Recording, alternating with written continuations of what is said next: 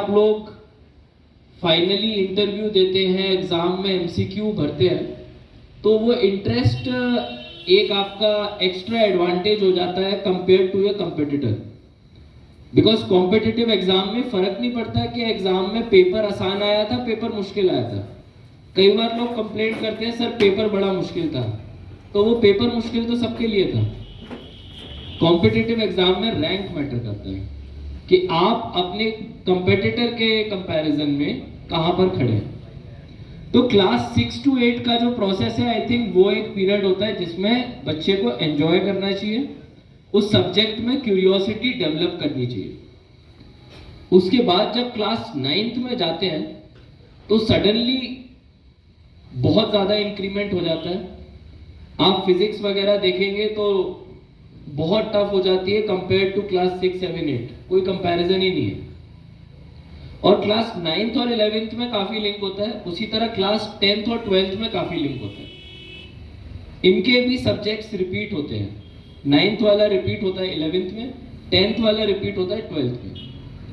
तो ये वो पीरियड होता है जिसमें कि आपको अपना इंटरेस्ट डेवलप करके अपने स्ट्रीम को चूज करना होता है। तो इट्स वेरी इंपॉर्टेंट कि आप उसमें क्या प्रोसेस, थॉट प्रोसेस लेके चल रहे हैं। I would just give you an example. जब मैंने क्लास 10th का बोर्ड दिया था, आजकल तो बच्चों के बहुत ज़्यादा मार्क्स आते हैं और इसमें भी बड़ा पेरेंट्स लॉबी का प्रेशर रहता है कि भाई पेपर आसान बनाओ, पेपर आसान बनाओ। तो अब दिल्ली यूनिवर्सिटी ने सिस्टम ही चेंज कर दिया, उन्होंने एंट्रेंस एग्जाम ही रख लिया है। तो बिकॉज बोर्ड एग्जाम में अगर आप लोग बहुत ज़्यादा आसान बना देंगे तो it will not be doing justice to the exam, कि भाई सभी लोगों के 90% से ऊपर आ गए तो फिर क्या बात। बट बहरहाल इन आवर टाइम्स उतना ज़्यादा कट ऑफ नहीं था, but it was still decent, क्योंकि बहुत ज़्यादा समय नहीं हुआ, 2006 की बात है। सो एट दैट टाइम सबसे ज़्यादा मेरे मार्क्स आए मैथ्स में। एंड बड़ी कॉमन सी बात है कि अगर मैथ्स में सबसे ज़्यादा मार्क्स आए तो मन करता है कि मैथ्स का सब्जेक्ट लेना है, क्योंकि ज़्यादा मार्क्स आए इसका मतलब आप उसमें अच्छे हो। बट ऐसा हर बार नहीं होता है।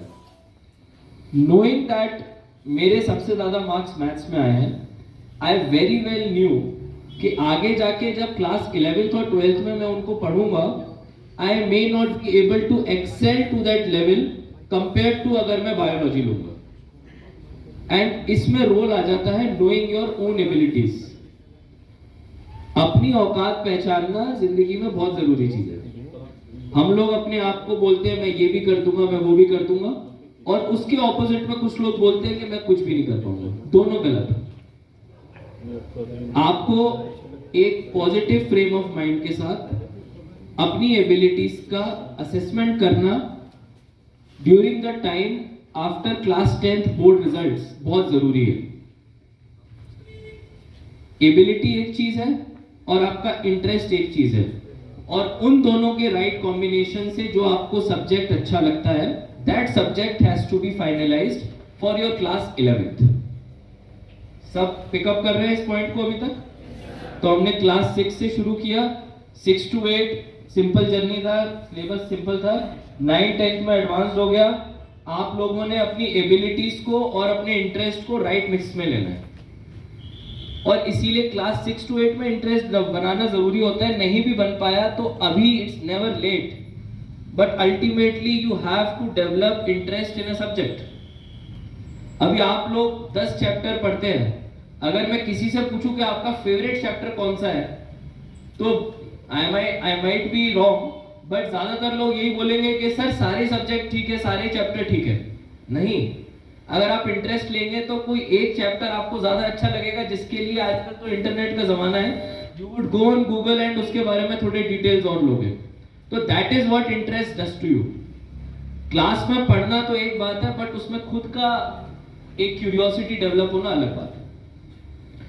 इन दोनों के राइट कॉम्बिनेशन के बाद जब आप लोग आगे जाते हैं तो आप अपनी स्ट्रीम लेते हैं, चाहे वो आर्ट्स हो, कॉमर्स हो, साइंस में बायोलॉजी हो या मैथ्स हो। एक चीज मैंने जो देखी, और ये चीज समहाउ रिमोट एरियाज में ज्यादा होती है, प्रोबेबली बिकॉज हमारे जो सेंट्रल यूनिवर्सिटीज हैं उनमें आर्ट्स के सब्जेक्ट्स बहुत एडवांस्ड और बहुत अच्छे हैं, कि हमारे यहाँ एक पेरेंट्स का बायस रहता है टुवर्ड साइंस। हर पेरेंट को चाहिए कि भाई तुम साइंस का सब्जेक्ट उठाओ। वाई? कितने बड़े बड़े डिप्लोमैट्स, कितने बड़े बड़े बिजनेसमैन कॉमर्स और आर्ट के सब्जेक्ट में अच्छी अच्छी यूनिवर्सिटी से पढ़ के they are earning far more than any doctor और इंजीनियर।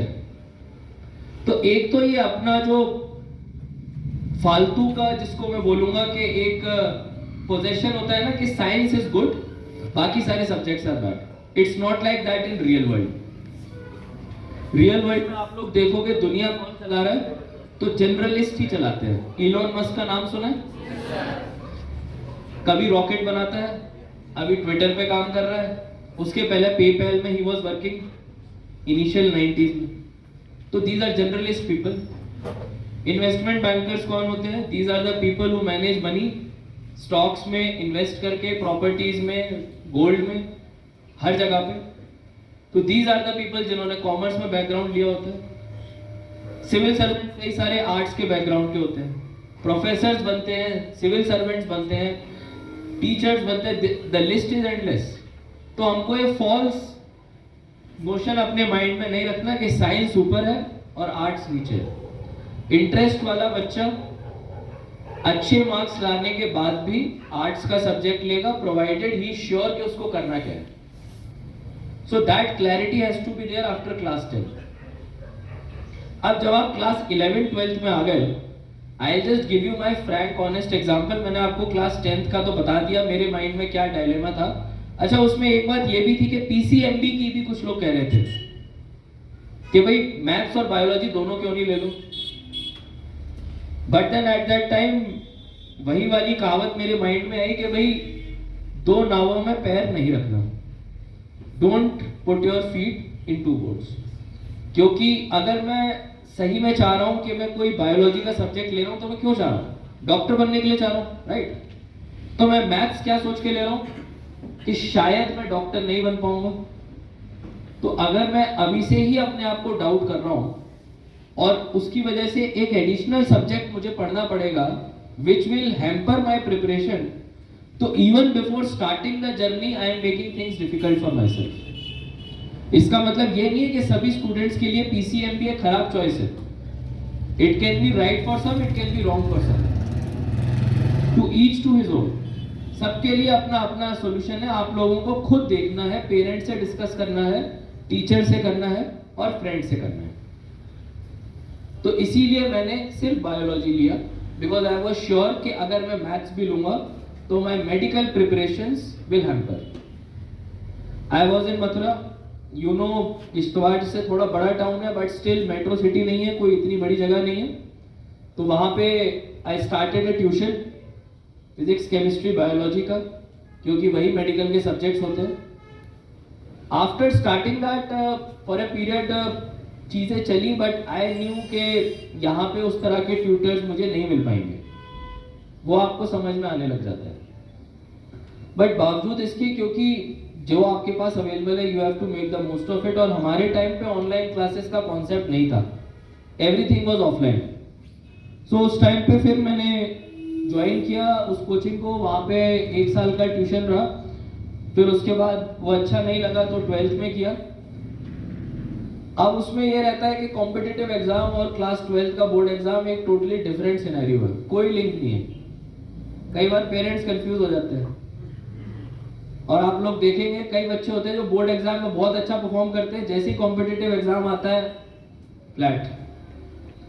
क्योंकि बोर्ड एग्जाम के लिए जो आपको चाहिए कि एनसीईआरटी के बेसिक क्वेश्चंस को आपको अच्छी तरह लिखना है। आपकी राइटिंग स्किल्स बहुत मैटर करती है। कॉम्पिटिटिव एग्जाम में सारा ऑब्जेक्टिव खेल है, आप लोगों को एमसीक्यू भरने हैं, आपके पास टाइम भी कम होता है, प्लस क्योंकि कॉम्पिटिटिव है तो दूसरे वाले ने कैसे किया वो भी इक्वली मैटर करता है, आपने कैसे किया उसके कंपैरिजन में, क्योंकि कट ऑफ उसी से डिसाइड होता है। कट ऑफ बड़ी इंपॉर्टेंट चीज है। तो ठीक है, तो क्लास 12th में मार्क्स आ गए, आई टॉप दी स्कूल, ठीक है, एवरीथिंग वाज फाइन। बट जब मैंने कॉम्पिटिटिव एग्जाम में, पीएमटी में एग्जाम में अपीयर हुआ, आई कुड नॉट क्लियर इट। और वो बड़ा सेटबैक होता है।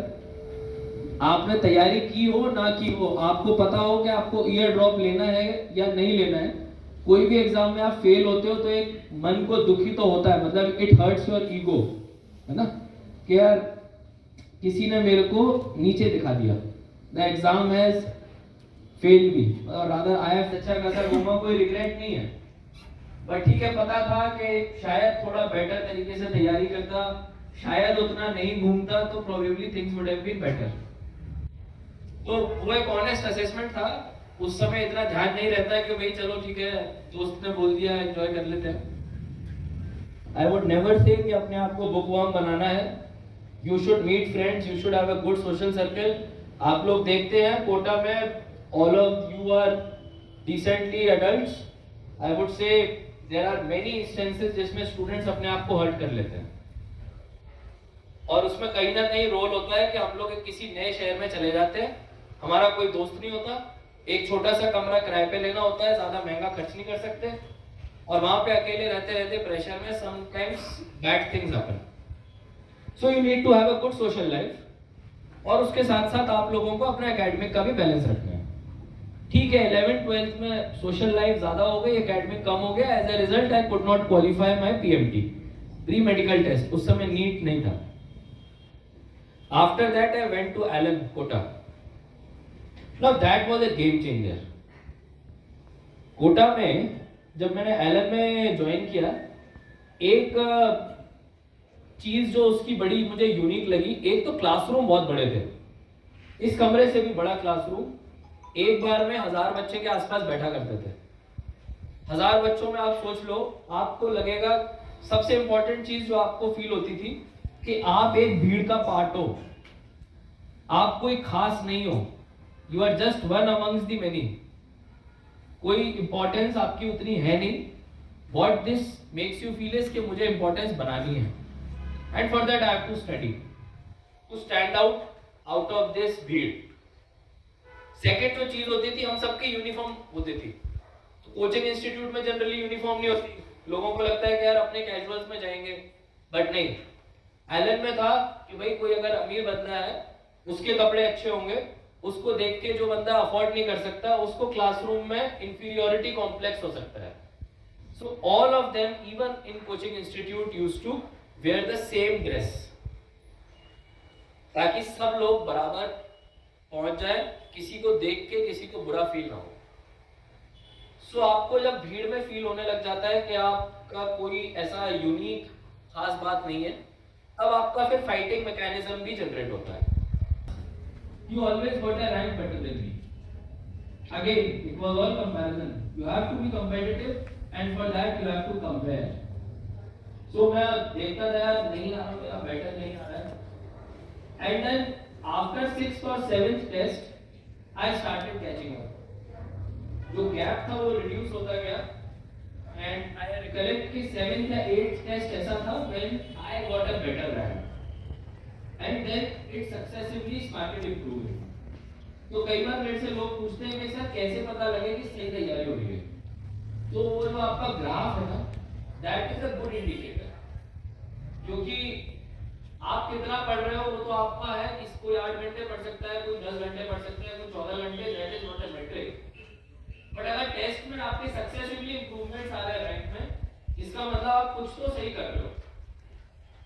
तो that was a good benchmark for me. तो मेरी क्लास रहती थी आफ्टरनून में। Generally what used to happen is, मैं रात को पढ़ता था, we used to study till the morning. Morning में 5 या 6 बजे हम लोग गेट कूद के जाते थे लैंडलॉर्ड का, क्योंकि गेट बंद रहता था। फिर उसके बाद वहाँ पे जाके पोहा खाना है, क्योंकि कोटा में पोहा चलता है, पोहा का ब्रेकफास्ट करके वापस आना है और सो जाना है। फिर उसके बाद उठना है दोपहर में, लंच करने के बाद जाना है फॉर क्लासेस। वो क्लासेस चलते थे इवनिंग तक, फिर सेम साइकिल रिपीट। तो उससे एक फायदा ये होता था कि that I was fresh for my classes, which is very important. आपको क्लासेस में स्लीपी नहीं होना होता, और इतने लंबे 6-7 घंटे के होते हैं तो बट नेचुरल है। तो एक तो आसपास के लोगों से भी दोस्ती हो जाती थी, कई बार बातचीत होती रहती थी, ठीक है, it makes your class interesting, क्योंकि पूरे प्रोसेस में मजा भी आना चाहिए। अगर आप लोग अपने में ही बंद के रहोगे, सिर्फ टीचर की सुनोगे, किसी आसपास को दोस्त नहीं बनाओगे, उससे आगे जाके मुश्किलें आती हैं। Specially when the going gets tough, तब you get very alone. Having a good friend is always a good thing. तो इस रूटीन के साथ तैयारी की। Then in the month of February March I came back home, क्योंकि सारे exams घर से ही देने थे, दिल्ली में सेंटर्स थे।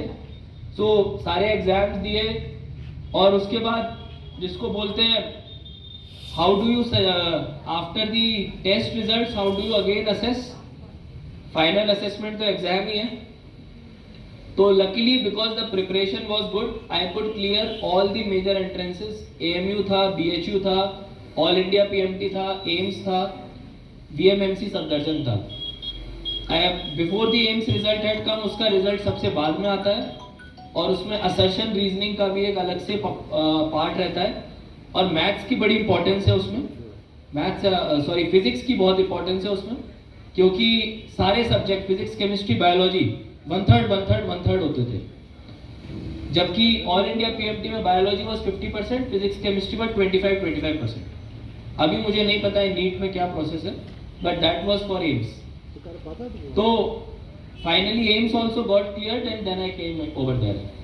तो जब ये प्रिपरेशन का टाइम था ना, there are many ups and downs during that preparation. 8 से 10 महीने is a very long period. You will have all kinds of insecurities in your mind.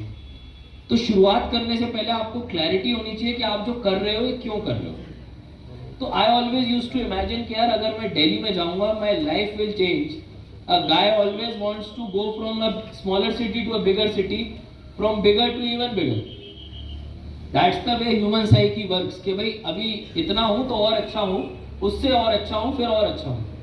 आपको आगे बढ़ते रहना है। So you keep on trying to improve yourself.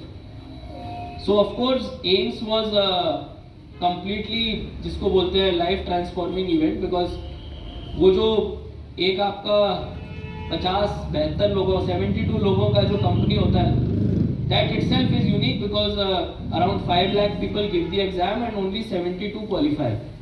तो आप देख लीजिए कितना उसका परसेंटेज होगा, 0.01 या 0.1 ऐसे कुछ रहा होगा। तो that is again something which makes you feel special। और एक बार एग्जाम क्लियर हो जाता है, फिर उसके बाद सेल्फ कॉन्फिडेंस बढ़ जाता है, चलो भाई अब तो मैं ही हीरो हूँ, ठीक है, क्योंकि कर दिया एग्जाम क्लियर, तो फिर सब लोग मानने भी लग जाते हैं कि चलो भाई ठीक है, इंटेलिजेंट रहा होगा इसीलिए किया। तो वो सारी पॉजिटिविटी रहती है आपके साथ, आपको हर डिसीजन में आपके कॉन्फिडेंस आने लग जाता है। आप अपने पेरेंट्स को भी सलाह मशवरा देने लग जाते हो, क्योंकि उसके पहले आप बच्चे होते हो, और अब आप अडल्ट हो गए हो, अब आप कॉलेज में चले गए। पहले आप स्कूल में थे, और स्कूल के बाद जब आप कोटा में भी थे, तब आपकी कोई पहचान नहीं थी, क्योंकि आप भीड़ का पार्ट थे। जो 1000 बच्चों की भीड़ थी, उसमें आप कॉमन कपड़े पहना करते थे। You are not unique, but now you are part of this 72 unique people in the country. So you feel special, you get confidence, you learn lot of new things. At that point of time I realised कि मेरे को कितना ज़्यादा interest history में बचपन से था, and that was something जो कि कभी निकल के नहीं आया। जैसे कि मैंने आपको शुरुआत में बोला, बिकॉज पेरेंट्स हमेशा साइंस पे एम्फसाइज करते हैं।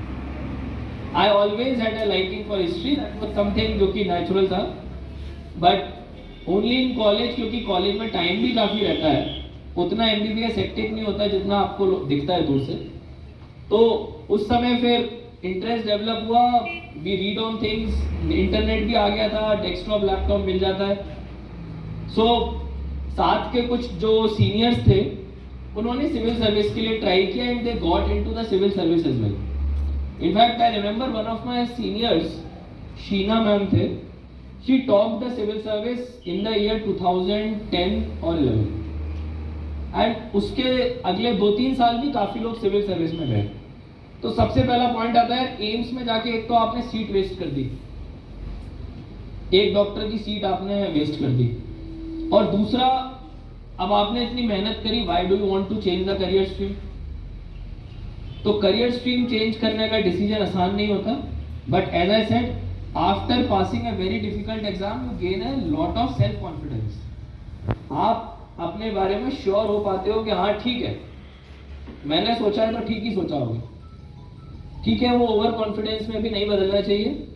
It needs a regular check, and for that talking to friends and family is very important. So at that point of time some of the seniors who cleared the civil services were there. और semester 6 या 7 की बात है, हमारे यहाँ पे एक medical fest होता है जो कि पूरे कंट्री का सबसे बड़ा है, पल्स. तो उसमें I was the chief coordinator. As chief coordinator 21-22 साल की उम्र में हम लोगों को 1-1.5 करोड़ रुपए कंपनी से रेस करने हैं. तो हम लोग गुड़गांव जाते थे, मोटरसाइकिल पे जाते थे कि भाई चलो पीपीटी दिखाएंगे. तो वो एक बड़ा यूनिक एक्सपीरियंस था जिसमें देखा कि मेडिकल के बाहर भी क्या लाइफ है.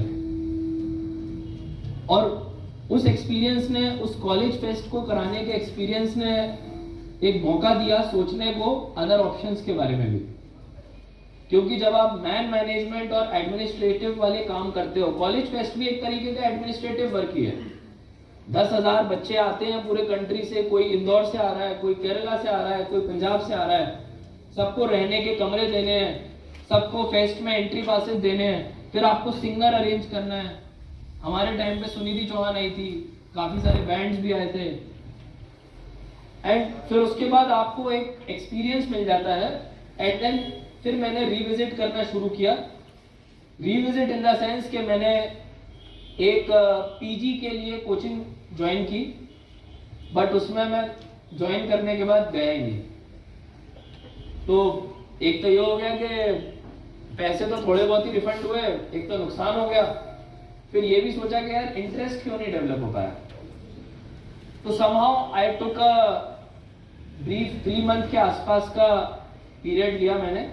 7th सेमेस्टर के आसपास जब कॉलेज फेस्ट वगैरह सब खत्म हो गया, अब 8th सेमेस्टर की बात थी. 4.5 साल का एमबीबीएस होता है, 9 सेमेस्टर होते हैं. पहला जो आपका साल होता है उसमें एनाटॉमी, बायोलॉजी और फिजियोलॉजी, बायोकेमिस्ट्री एंड फिजियोलॉजी, ये 3 सब्जेक्ट्स मेन होते हैं. ये होता है नॉन क्लिनिकल पार्ट. आपका जब 3rd सेमेस्टर शुरू हो जाता है तब आपके 3rd, 4th and 5th semester का एक पार्ट होता है. हर ब्लॉक के एंड पे प्रॉफ होता है जिसको हम बोलते हैं प्रोफेशनल एग्जाम. तो पहला प्रॉफ होता है at the end of 2nd semester. उसमें सब्जेक्ट्स होते हैं anatomy, physiology, biochemistry. Second prof होता है at the end of 5th semester. उसमें सब्जेक्ट्स होते हैं आपके जैसे पैथोलॉजी होता है, उसके साथ फार्मेकोलॉजी होता है, और आप लोग कुछ कुछ क्लिनिकल सब्जेक्ट्स के लिए भी वार्ड में जाने लग जाते हैं. तो थोड़ा डॉक्टर वाला फील आने लग जाता है, क्योंकि फर्स्ट सेमेस्टर में तो मैक्सिमम डॉक्टर वाला फील है कि आपने किसी फ्रॉग को काट के उसका स्पाइनल इंसिजन दिया. लाइव ह्यूमन बीइंग का ट्रीटमेंट भी देखने लग जाते हो.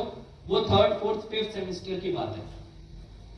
फिर 6th, 7th, 8th, 9th semester AIIMS में एक साथ होता है. अनलाइक अदर कॉलेजेस जिसमें 7th के बाद भी एग्जाम होता है, हमारा 6th के बाद सीधा एग्जाम 9th के बाद होता है. यानी कि अगर मैंने 2011 में एग्जाम दिया है, उसके बाद मैं सीधा 2013 के एंड में एग्जाम दूंगा. पूरे 2 साल का गैप, बड़ा गैप है. उस पीरियड में मैंने 3 महीने निकाले after my college fest to assess कि मुझे करना क्या है. और एक करना क्या है वाली चीज बड़ी इंपॉर्टेंट होती है. कई लोग इसको इग्नोर कर देते हैं. करना क्या है, क्या डॉक्टर बन गए, पीजी कर, और क्या करेगा, नेचुरल सी बात है.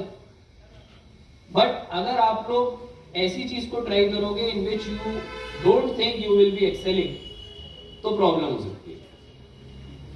So at that time, school के टाइम पे मेरे पास 2 ही ऑप्शन थे, मैथ्स या बायोलॉजी. तो मैंने बायोलॉजी लिया, नोइंग मैं किस में ठीक था. कॉलेज में आने के बाद, दिल्ली में आने के बाद हॉराइजन पूरा खुल जाता है, मल्टीपल ऑप्शंस आ जाते हैं. बट फिर भी डॉक्टर है, 4.5 साल के बाद 1 साल का इंटर्नशिप भी मैंडेटरी, 5.5 साल के बाद आप क्यों जाना चाहोगे सिविल सर्विस में, जब कोई 3 साल के बाद ग्रेजुएट होके भी सिविल सर्विस का एग्जाम देता है. आपने अपनी लाइफ के 2.5 साल तो वेस्ट कर दिए. बट वो वेस्टेज नहीं होती है. Even during medical, you continuously learn, your personality continuously starts developing. मैं कभी-कभी अपने आप को कॉलेज वाला पार्ट देखता हूँ तो बड़े फनी चेहरे होते थे हम लोगों के, और सभी के सब अभी जैसे बाद में थोड़ा वेट गेन भी हो जाता है, बड़े पतले हुआ करते थे. तो धीरे धीरे वो पर्सनैलिटी डेवलप होती है. बट ऐसा नहीं है कि एमबीबीएस से पर्सनैलिटी डेवलपमेंट हो गया. ऑफ कोर्स एक मेडिकल लर्निंग का एक बहुत ही इंपॉर्टेंट एस्पेक्ट है which always stage with you even now. तो उस टाइम जब सीनियर्स ने एग्जाम पास करे सिविल सर्विस के, तब लगा कि 3 महीने एक बार देख लेते हैं, पढ़ के देख लेते हैं और इंटरनेट वगैरह पे थोड़ा सर्च कर लिया जाए। 3 महीने बाद डिसीजन हुआ कि भाई, और खुद का ही डिसीजन है, पेरेंट्स इनफैक्ट अपोज कर रहे थे। Parents were saying that why, because civil service है, बड़ा पेचीदा सा काम है, कहाँ जाओगे, इधर इतना सारा पॉलिटिक्स भी होता है, कंट्री इतना हमारा कॉम्प्लिकेटेड है, करप्शन के केसेस होते रहते हैं, कहाँ फंसोगे इस चीज में। और डॉक्टर का जो जॉब है बड़ा रिस्पेक्टेबल जॉब है, आप बैठते हो समाज में, सब लोग आपको डॉक्टर साहब बुलाते हैं, you have a respect in society, and इतना आप पीजी कर लेंगे एम्स से तो और आगे जाके आपके लिए प्राइवेट प्रैक्टिस, मेदांता, अपोलो, बड़े बड़े अस्पताल खुल जाएंगे। ठीक है, वो बात अपनी जगह ठीक है। तो जो मैंने अपने लिए खुद के लिए प्लान किया, आई प्लान दैट मैं एक बार कॉलेज में जब मेरा इंटर्नशिप चल रहा था इन द ईयर 2014-15, मैंने सोचा मैं एक तो उस टाइम एग्जाम दूंगा और एक उसके बाद। अगर नहीं होता है तो I will immediately start my PG preparations. मैंने इंटर्नशिप के साथ एग्जाम भी दिया। After giving my exam, again competitive exam है, एमसीक्यू वगैरह होते हैं, लेकिन सिविल सर्विस में थोड़ी चीजें और पेचीदा हो जाती हैं। एक तो आपका पहला प्रीलिम्स होता है, वो तो एमसीक्यू है, लेकिन जो मेंस है वो सब्जेक्टिव है, और तीसरा वाला इंटरव्यू है। तो यानी कि एक पर्सन के तीनों एस्पेक्ट आपने टेस्ट कर लिए। आपने एमसीक्यू भी भरवा लिए, आपने उससे कागज में लिखने की एबिलिटी भी सीख ली, और आपने उससे वर्बली पूछ भी लिया, भाई बोल के दिखाइए, let me see how you Impress. आपको क्या पता है दुनिया के बारे में, दुनिया चलती कैसे है, आपकी जानकारी देख लेते हैं।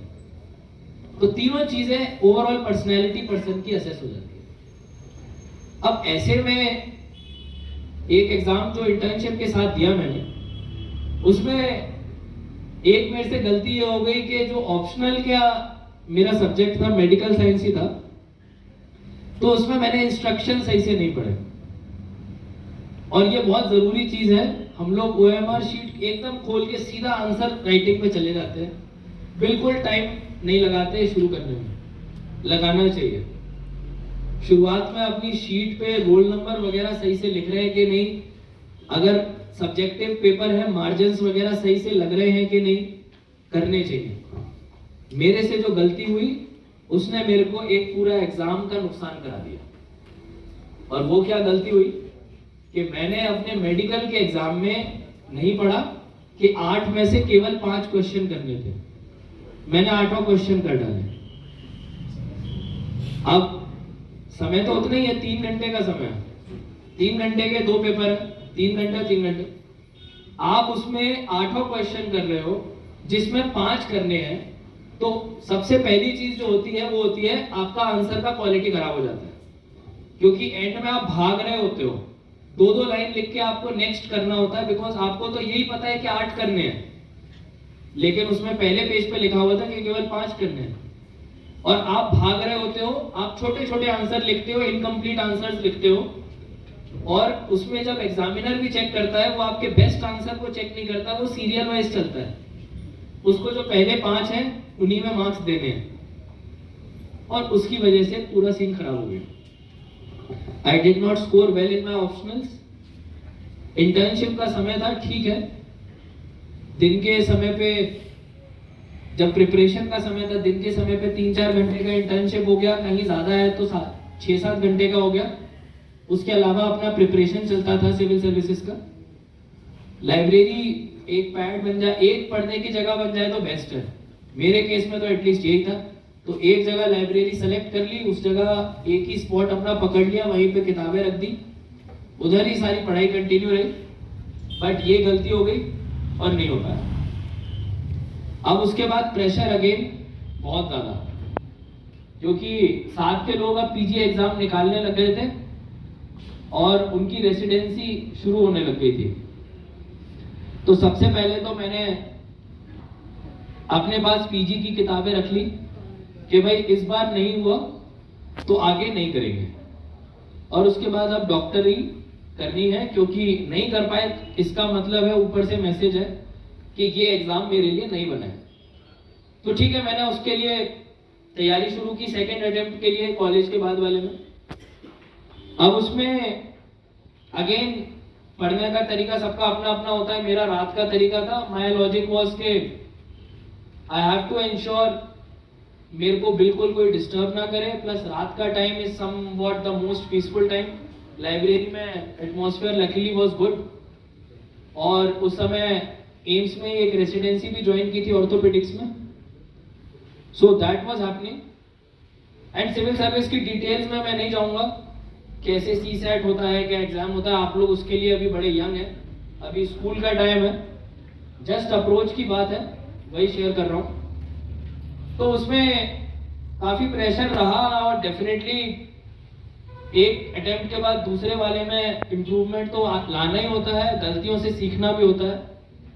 तो इम्प्रूवमेंट्स भी हुए, मार्क्स भी इम्प्रूव हुए, एंड फाइनली जब 10 मई 2016 को रिजल्ट आए तो I had qualified for civil services, and उसके अगले 2 महीने के अंदर सर्विस भी अलॉट हुई, फिर अगले 1 महीने में कार्डर भी अलॉट हुआ।